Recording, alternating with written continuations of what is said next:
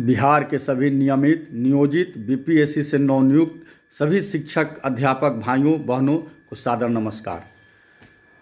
साथियों, साथ ही बिहार के तमाम बुद्धिजीवी शिक्षा प्रेमियों और जिंदा व्यक्तियों को भी सादर हार्दिक नमस्कार। जिंदा व्यक्ति इसलिए कह रहा हूं कि आज बिहार में जिस तरह से शिक्षा व्यवस्था चल रही है उससे ऐसा लग रहा है कोई आवाज़ नहीं उठ रही है। ऐसा लग रहा है कि बिहार के जो इंसानियत है, जो संवेदनशीलता है, वो मर चुका है। भले ही वह जिंदा है लेकिन संवेदनशीलता उनमें समाप्त हो चुकी है। मैं सबसे पहले बिहार में इतनी बड़ी संख्या में 1,10,000 अध्यापकों की बहाली के लिए बिहार के मुख्यमंत्री, शिक्षा मंत्री, उप मुख्यमंत्री और सबसे ज़्यादा ACS के पाठक सर को हार्दिक बधाई देता हूँ, उनको साधुवाद देता हूँ।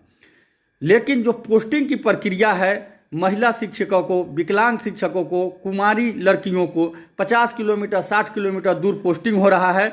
वो अभी शहर से नहीं बल्कि रोड से, जहां टेम्पू अंतिम जाती है वहां से 10 किलोमीटर 5 किलोमीटर पैदल जाना पड़ रहा है, ऊँख के रास्ते, रहरी के रास्ते।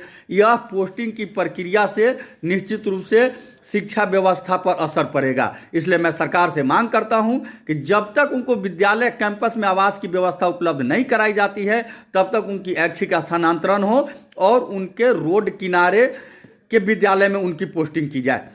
नहीं तो मोटरसाइकिल पंक्चर तो नहीं होगा लेकिन मोटरसाइकिल एक्सीडेंट जरूर होगा और रोज होगा और सैकड़ों की संख्या में होगा। पिछली बार जब बहाली निकली थी तो 6 से 8 में बहाली नहीं निकली थी। सरकार द्वारा कहा गया था कि यह सीट, आधी सीट भरा जाएगा प्रमोशन से और आधी पर बहाली होगी, लेकिन आधे सीट पर प्रमोशन हुआ नहीं और वह बहाली प्रक्रिया शुरू कर दी गई है। यह 2012 नियमावली 2020 नियमावली का घोर उल्लंघन है। इसलिए हम सरकार से मांग करते हैं कि पहले 6 से 8 में प्रमोशन दिया जाए 1 से 5 के शिक्षकों को, फिर 6 से 8 में उनकी बहाली की जाए। साथ ही जो शिक्षा व्यवस्था पर लगातार चल रहा है, जो पूर्व से बहाल नियोजित शिक्षक हैं उनको राज्यकर्मी के दर्जा देने के लिए कभी मुख्यमंत्री कहते हैं मामूली परीक्षा लेंगे, तो कभी पदाधिकारी कहते हैं जल्द करेंगे, लेकिन कोई प्रक्रिया आगे नहीं बढ़ रही है, जिससे सरकार में निराशा एवं कुंठा का भाव होते जा रहा है। इसको दूर करने के लिए अविलंब सरकार पूर्व से सभी नियोजित शिक्षकों को तुरंत जल्द से जल्द राज्यकर्मी का दर्जा दे और जो जहाँ है शिक्षक, जो पूर्व बहाल शिक्षक, नियोजित शिक्षक जो अभी बीपीएससी पास करके बहाल हुए हैं, वो जिस विद्यालय में हैं उन्हें वहीं पर उनको राज्यकर्मी का दर्जा दिया जाए, उनको इधर उधर नहीं किया जाए, तभी शिक्षा व्यवस्था गंगा।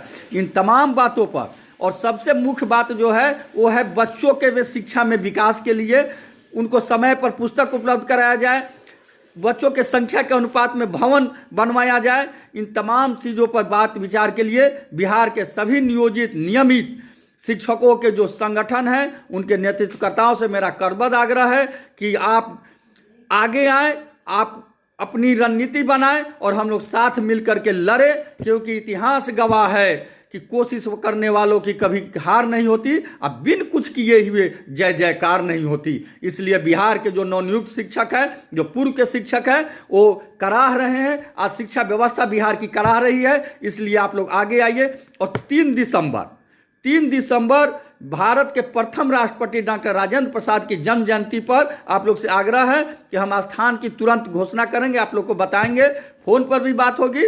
पटना में निश्चित रूप से एक साथ बैठे और हम लोग एक ठोस रणनीति बनाएं कि कैसे शिक्षकों का जो शोषण हो रहा है वो शोषण दूर हो, कैसे शिक्षा में विकास हो। संघ संगठन का काम सिर्फ आज जो संघ संगठन पर रोक लगाया जा रहा है, संघ संगठन सिर्फ शिक्षकों कोई भेड़ा नहीं है जो सरकार से लड़ने के लिए बनता है या शिक्षा में विकास के लिए बना है या शिक्षकों के मान सम्मान के लिए बना है, या सरकार जो रणनीति बनाती है उसको धरातल पर लागू करने का काम शिक्षक संघ करता है। इसलिए अब तमाम लोगों से करबद्ध आग्रह है कि 3 दिसंबर को पटना में सभी भाई पहुंचे और हम लोग बैठ करके शिक्षकों के मान सम्मान के लिए, छात्रों छात्राओं के कल्याण के लिए और शिक्षा के विकास के लिए एक ठोस रणनीति बनाएं।